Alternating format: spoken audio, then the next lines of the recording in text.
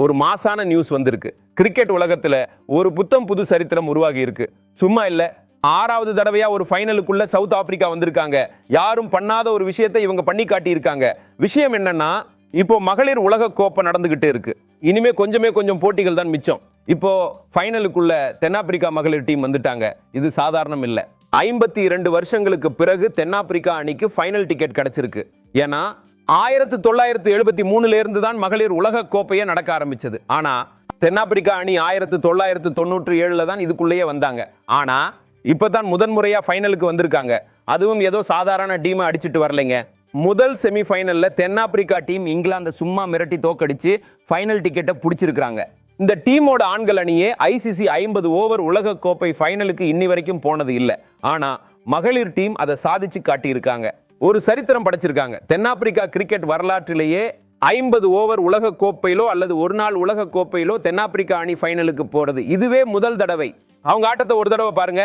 இந்த ஆட்டத்துல தென்னாப்பிரிக்கா டீம் முதல் பேட்டிங் பண்ணி கிட்டத்தட்ட 319 ரன்கள் குவிச்சாங்க. கேப்டன் லோரா வால்வார்ட் தனியால நின்று 169 ரன்கள் அடிச்சாங்க. அப்புறம் தாஸ்மின் 45 ரன்களும் மரிசேன் காப்ஸ் 42 ரன்களும் அடிச்சு கை கொடுத்தாங்க. மொத்தமா 7 விக்கெட் இழப்பிற்கு 319 ரன்களை குவிச்சாங்க. ஆனா இங்கிலாந்து டீம் சேஸ் பண்ண வர்றப்போ அவங்க ஆரம்பமே ரொம்ப மோசம். முதல் 3 பேட்டர்களான ஏமி ஜோன்ஸ், டேமி, ஹேதர் நைட் இவங்க 3 பேரும் 0 ரன்களுக்கு அவுட். ஒரு கட்டத்துல அந்த டீம் ஒரு ரன் எடுத்தப்பவே 3 விக்கெட் விழுந்திருந்துச்சு. யோசிச்சு பாருங்க, ஒரு ரன்னுக்கு 3 விக்கெட். அப்புறம் தென்னாப்பிரிக்கா பவுலர்கள் போட்ட பவுலிங்ல இங்கிலாந்து டீம் வெறும் 194 ரன்கள் மட்டும்தான் எடுக்க முடிஞ்சது. மரிசேன் காப்ஸ் மட்டும் 5 விக்கெட்டுகளை அள்ளிட்டாங்க. இந்த வெற்றிக்கு முக்கிய காரணமே அவங்க தான். அதனால கேப்டன் லோராவுக்கு இந்த சூப்பர் ஆட்டத்துக்காக 169 ரன்கள் எடுத்ததுக்காக ஆட்ட நாயகி விருது பிளேயர் ஆஃப் தி மேட்ச் கொடுத்தாங்க. இப்போ தென்னாப்பிரிக்கா அணி ஃபைனலுக்கு போயாச்சு.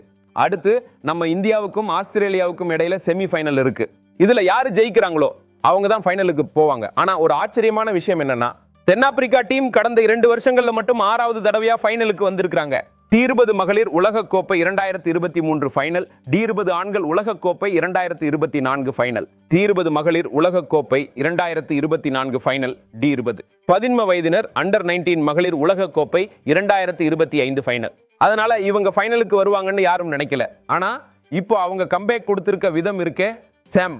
இப்போ ஃபைனல்ல தென்னாப்பிரிக்கா கோப்பைக்காக ஆஸ்திரேலியாவோட மோதுவாங்களா இல்ல நம்ம இந்தியா கூட வந்து பார்ப்போம். உங்க கணிப்பு என்ன? மறக்காம கமெண்ட்ல சொல்லுங்க. அடுத்தபடியா இந்த உலக கோப்பை ஃபைனலை பத்தின வேற ஏதாச்சும் தகவல் வேணுமா?